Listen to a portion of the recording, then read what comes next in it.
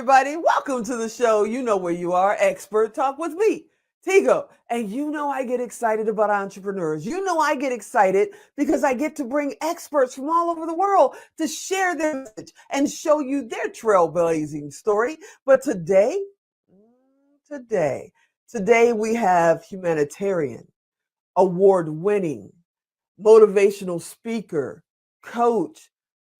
You just have no idea. You know what? I'll be right back.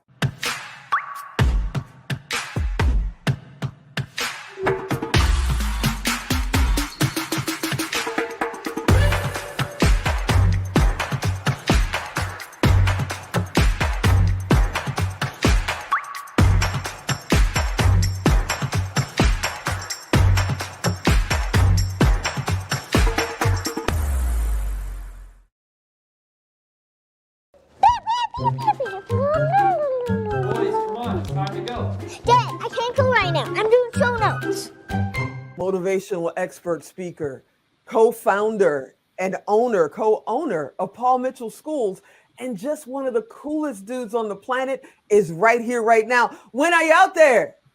I'm here, and thankfully you called me a cool dude because I'm 62 years old with a 9-year-old daughter, so I need to be cool for a very long time.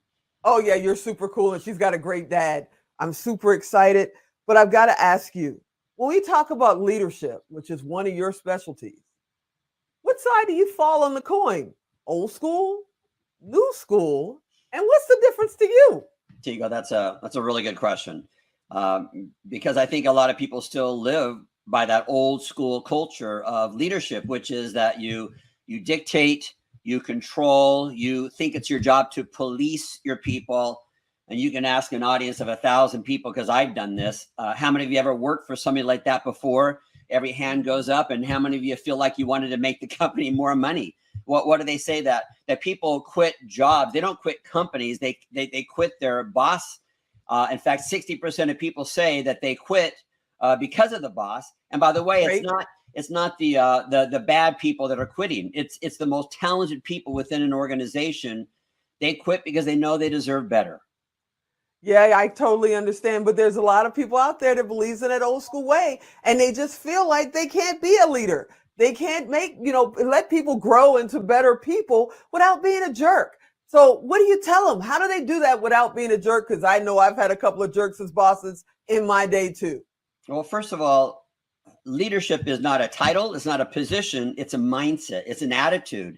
And one of my definitions of leadership is someone who has influence over another human being. And by that definition, all of us are leaders. And so when I talk to people about becoming a better leader, the path that I'm on to improve my own leadership skills and the own qualities that I have, it's all about having that wonderful positive influence. Because if you imagine that if you have 10 employees, you're not just having influence over those 10 people that you work with. Well, those 10 people, they go home and they have spouses, right. They have family members. What if there's 5 people in their family times 10 people? That means that you're impacting. If you show up with that old style of leadership where you are a jerk, where you think it's your job just to police and demean people, you're not just impacting those 10 people that you work with. It's those family members as well. And that's a lot of responsibility that's on us. So let's talk about that. Because a lot of the people that watch our show, they're entrepreneurs, and some of them, this is their second career. This is their third career. And all of us hear from motivational speakers. We hear it on television. We go to events and they say, surround yourself with the right people. Get around the right mindset. How do you do that? How do you even know if you have the right people? Maybe you think you're with the right people and they're absolutely not the right ones. First of all, however you define success, whether it's as a parent or as a human being or financially in business, I don't know one successful person who has achieved that success all on their own. You can watch any awards show, and when they call people to the stage to accept their award, what's the speech? Is the speech, I am winning this award tonight because I am brilliant? No, it's all about gratitude. I'm standing here because of this person and this person. I could have never made this happen without these people. And so I'm always asking people, well, who are those people? Who are the people that believe in you? They believe in your vision. They believe in your journey so much that you're attracting the best people, and they want to support that vision and that journey. So collaboration is such a beautiful thing. And I think a lot of people are living by that old belief system that if you want something done right, you have to do it yourself. And to me, that is just like the stupidest advice that somebody could give you, because it's so small-minded to think that you have to do it yourself. Because collaboration, when you know how to bring out the best in other people, that's when you're going to soar. That's when you're limitless. Because if you are the most talented, smartest person working in your company, in your organization with your entrepreneurial idea, I feel sorry for you. I feel sorry for you because, again, you're very, very limited in what you're going to be able to accomplish. Now you're a humanitarian, you're a very successful entrepreneur, you're a motivational speaker. Some people are struggling right now just to open one business, just to control their lives and balance their family life and their business life for one location. You've got 110 locations, which means you're either running around a lot or you have a really, really great staff and team. And how do you get that many people on a global scale like that to kind of get on the same page and flow as one? Again, a great question. One of my favorite movies is Field of Dreams. And the main line, the main message in that movie is build it and they will come. Yes. I truly believe that the most talented individuals, the smartest, most passionate, loyal, hardworking, integral people, they want to work with somebody who has those qualities as well. And so you have to be those things.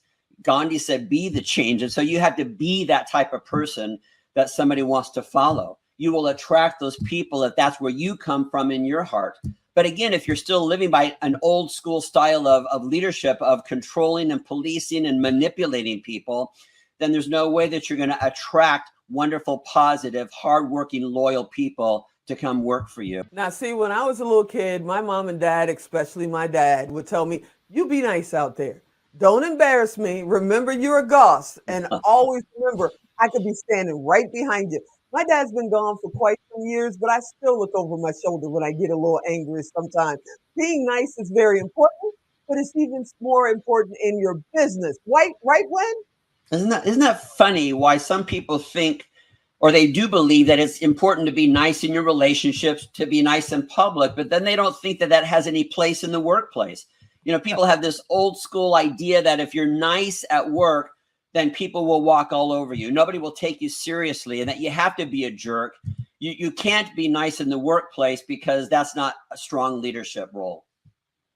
Yeah, totally. And it is very important. I believe it has to be, not only for your team, who we call our family here at Melrose, not only for our family, but also for the people you're touching. You know, it's, to me, it's my personal opinion. It's not about, the retail price tag, because you can get anybody to buy one time. The secret is getting them to come back, going out and tell their friends, going out and tell their other clients that it's a great place to be. The reason Winn is sitting here today is because Kelly, one of my good buddies, Kelly said, do you know Winn Claybaugh? And I said, no. And he said, oh my God, he'd be great for the show. Well, if I wasn't being nice, if I didn't respect him, if he didn't love being on the show, he wouldn't have referred Winn to me. So yeah, I totally believe if you want to grow your business, you got to be nice, and you also got to pay your rent. Right, Winn? Oh my gosh, I'm so glad that you brought that up. Especially with the times that we're in right now, when consumers have a choice as to how they spend their money and where they spend their money. And of course, people spend their money, they use their mind. They use their mind to make that decision. But I also believe that people spend with their heart. Do I like you? Do I trust you? And a big part of whether or not a customer is loyal to a company, doesn't matter the product that you're selling, the service that you're selling, a big part of that is that are you giving back? Are you making a difference? Because we can be, all of us are consumers. We consume air, we consume water, we consume trees. As businesses, we consume the paychecks of our customers who come into our facilities to spend their hard-earned money. Well, we also have to be contributors. And I think that you're making reference to that wonderful quote, that service is the rent that we pay for room on this planet. We're all taking up space. We have to pay rent. So I've got to ask you, it seems like you jump out of bed and you're 100% on. I'm a humongous Zig Ziglar fan. He said, be up all the time and on when you need to be, or be on all the time and up when you need to be. What has anything ever held you back? Have you ever had a fear that stopped you in your tracks? Wow, you ask good questions. My energy, I don't even mind sharing with you that even my level of happiness does not come naturally to me. To some people, happiness and good energy comes naturally to them. To me, my whole life, even to this day, it never has.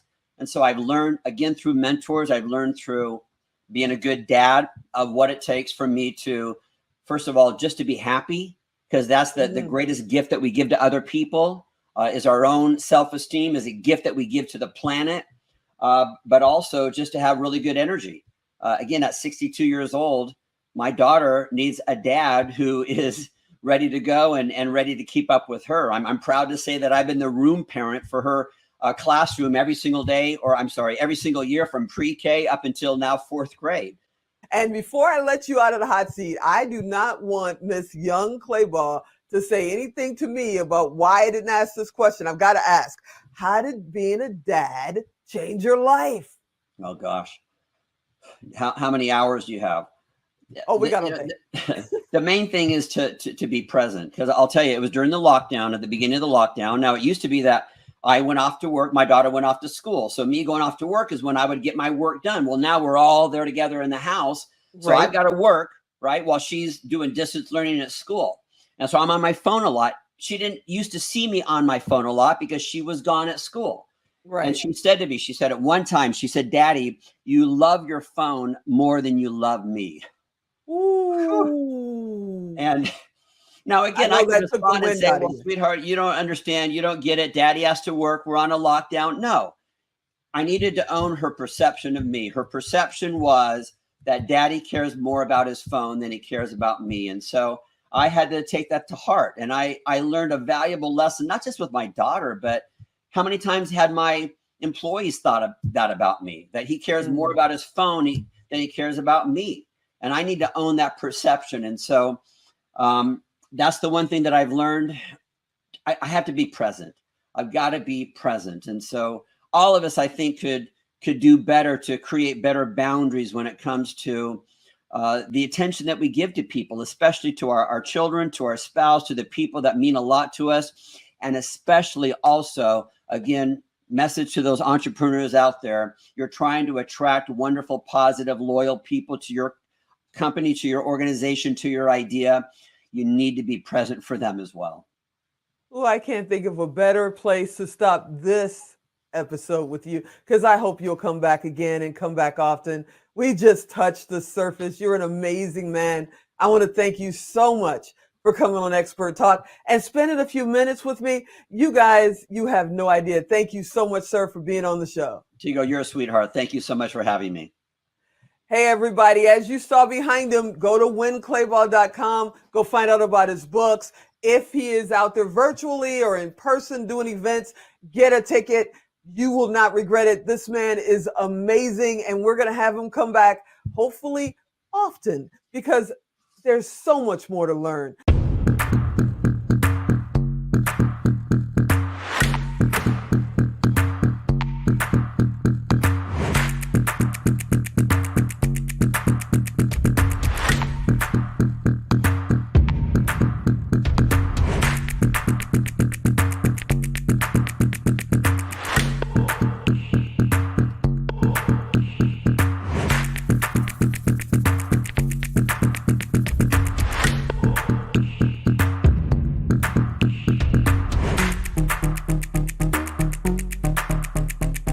And you know, if you're watching right now, I've got somebody waiting in the wings that is an expert, that is cool, that's going to share some amazing information. But today, we're going even further. Today, we're going to talk to somebody that is quickly becoming one of my good friends. But then on top of that, we're going to touch on some stuff like, when you think of situations that are going on, do you focus on the problem or do you focus on the solution? If you're focusing on the problem, you've come to the right place, because when we're done, you're going to be focused on the solution. All right, sit right there. We'll be right back.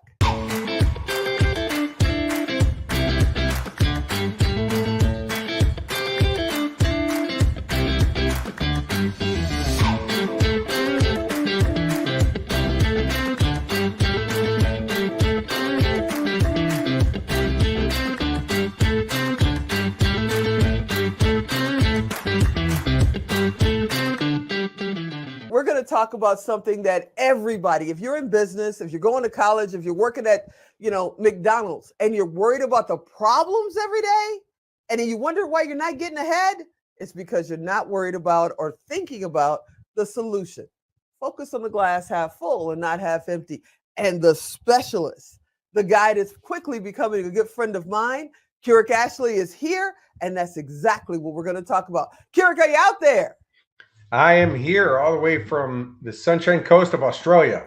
Okay, so I've got to ask you, you have an amazing history. You were an actor, you were a stuntman, you're one of the most successful success coaches on the planet, and now you're a successful author, all that good stuff.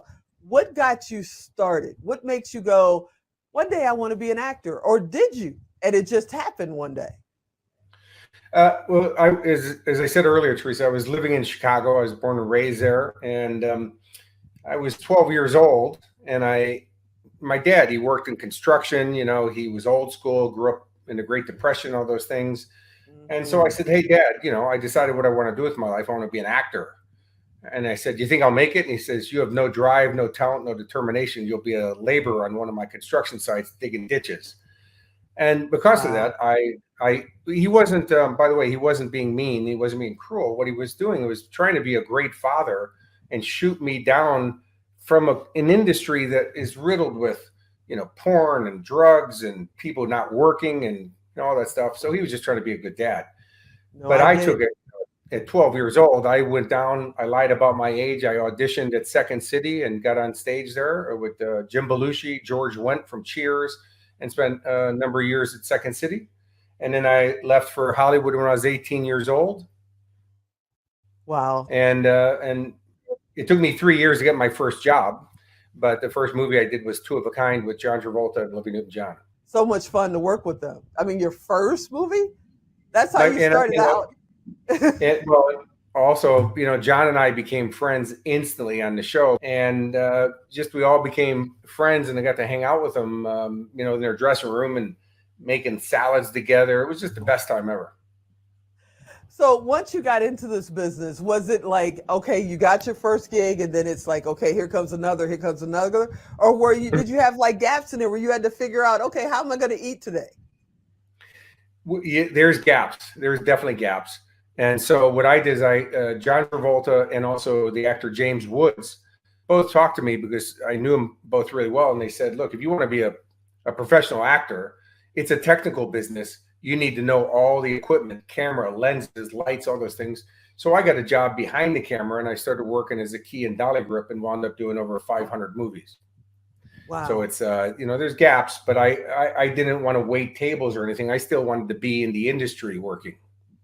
Stunt coordinators started hiring me when they needed a stunt player who could deliver dialogue. And that's what happened with like Delta Force 2 and things like that.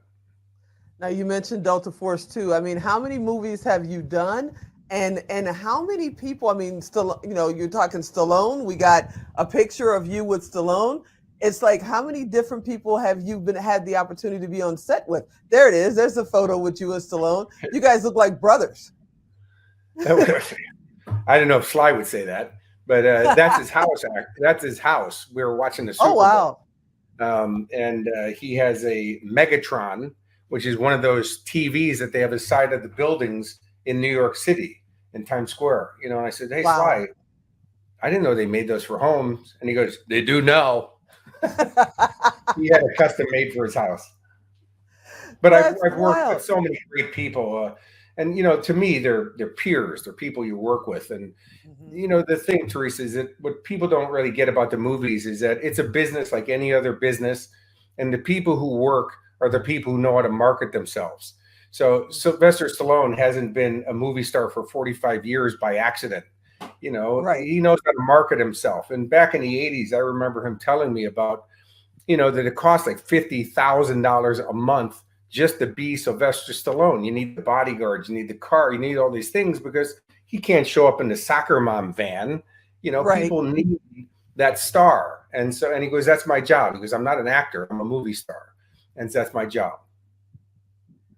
When you were an actor, and I think once you're an actor, you're always going to be one. Would you ever go back on screen again? Is there a project that you look at and see on your home TV and go, man, I should have done that one. That could have been me. Do you miss No, it? I gave all my work to Vin Diesel. No. The thing, I still get asked every once in a while, and I'm just not interested. The thing is because of, I used to play a lot of bad guys. And, you know, with what I do now, I think it's just a confusing message, you know, for people if they see me playing a bad guy on screen and then teaching personal development and the things that I teach now. I can see that. I can see that. And people do get, you know, typecast, and they, no matter what they do, they're always seen as that character. In a movie, you know, where you actually had a life-changing occurrence that happened and sent you on a whole nother path. Can you share that story with me? Yes, it was 1989. I had just finished the movie Lockup with Sylvester Stallone, you know, which here I'm getting to work with the legend, you know, the icon. And my next movie was Delta Force 2 with Chuck Norris. And it was a Friday. We're about to go party in Manila, have a great time. We have one last shot to film. It's just a small insert shot where you only have to go up 15 feet with the helicopter, shoot 2 lines of dialogue, come back down. Now, I've been in a helicopter all day. You know, I probably did 15, 18 flights that day, and some really hairy stunts. This was easy. And so we have 8 guys in the chopper. We're sitting on top of this palatial mansion that the Marcos family built as a summer home. And it's right on the edge of an extinct volcano, which has a resort in the center of the volcano. It's really amazing. Wow. It's called Tagaytay City. And the place that we were at is called the Palace in the Sky. And the chopper goes up about 2 feet and hovers. The cameraman shifts the camera looking for a shot. I asked him, I said, hey, Gotti, am I in? He goes, nope, you're out of frame. So I step out. The other door gunner steps out. Chopper goes up, drifts out over the edge of the mountain, has a mechanical malfunction. The engine shuts off and drops about 1,500 feet. Nose dives down. I'm running for the road. Chopper's going down. Chopper's going down. And I heard the impact as I got to the chopper. I was the first one to get to it. It was smoking. It was on its side. All the blades sheared off. And over the course of the next few hours, my best friend Mike was in my arms on fire. Wow. Died on the way to the hospital. I lost 5 of my friends that day. So, you know, for the next 2.5 years, I had a .357 Smith & Wesson pistol in my mouth every night, counting myself down. Drugs up my nose, cigarettes, booze. I wasn't partying. I was just trying to kill myself. Luckily, I'm not a success at everything in life.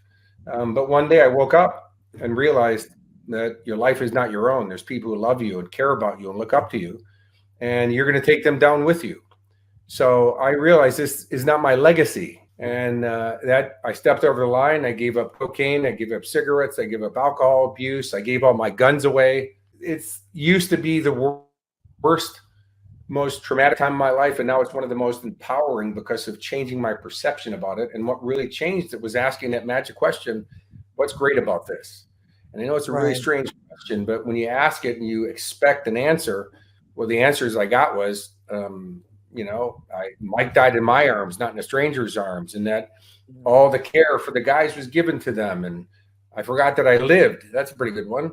And, you know, once I got through the drama, I remembered that I also saved 2 people's lives that day. But you forget about that when you get caught up in your drama. So as I listen to you share the story, and thank you so much for sharing that, because it, you know, it feels like it happened yesterday, just listening to you share it, you know, and I know you carry that with you. I'm sure there's somebody out there that's fighting through their moment right now that has just not gotten to the point where they're ready to put that line in the sand and say, okay, I'm over this. It's time for me to step up or step out. What would you say to that person that you at that time, if you could talk to yourself, what would you say to that person that's going, yeah, I don't know if I can do tomorrow? Well, I would say is that, there's people that you can help in this planet. And there's people who you can give advice and strategy to and stuff. But those people are slipping through the cracks when we're caught up in our own drama. Drama, people's stories, they create what's I call drama glue. They keep you stuck in the story, and then they keep the rest of us stuck listening to it. So instead is, only tell empowering stories. Start changing your perception about, by asking what's great about this, or how can I look at this in an empowering way? And just by changing your perception, you're going to change the way you feel about it. Because in life, there is no real truth. There's only interpretation. I mean, is that good or bad? I mean, the funny thing is you can hand people a free bar of gold and they'll complain about having to carry it to the bank because it weighs too much and probably get taxed on and the rest of the things. Yeah, they would. That's amazing. It's like some people, I started the conversation, I started this interview with some people look at the problem, or find the problem when there isn't one, instead of just enjoying the moment and looking at solutions and moving forward.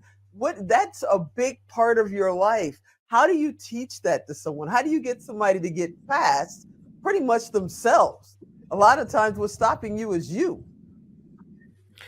Well, there's two magic questions, Theresa, that I ask everybody who needs help. And by the way, I've coached hundreds and hundreds of people. I've been in front of over 1 million people on stage. I've had workshops and the rest of the things that I do. The first question is do you want to change?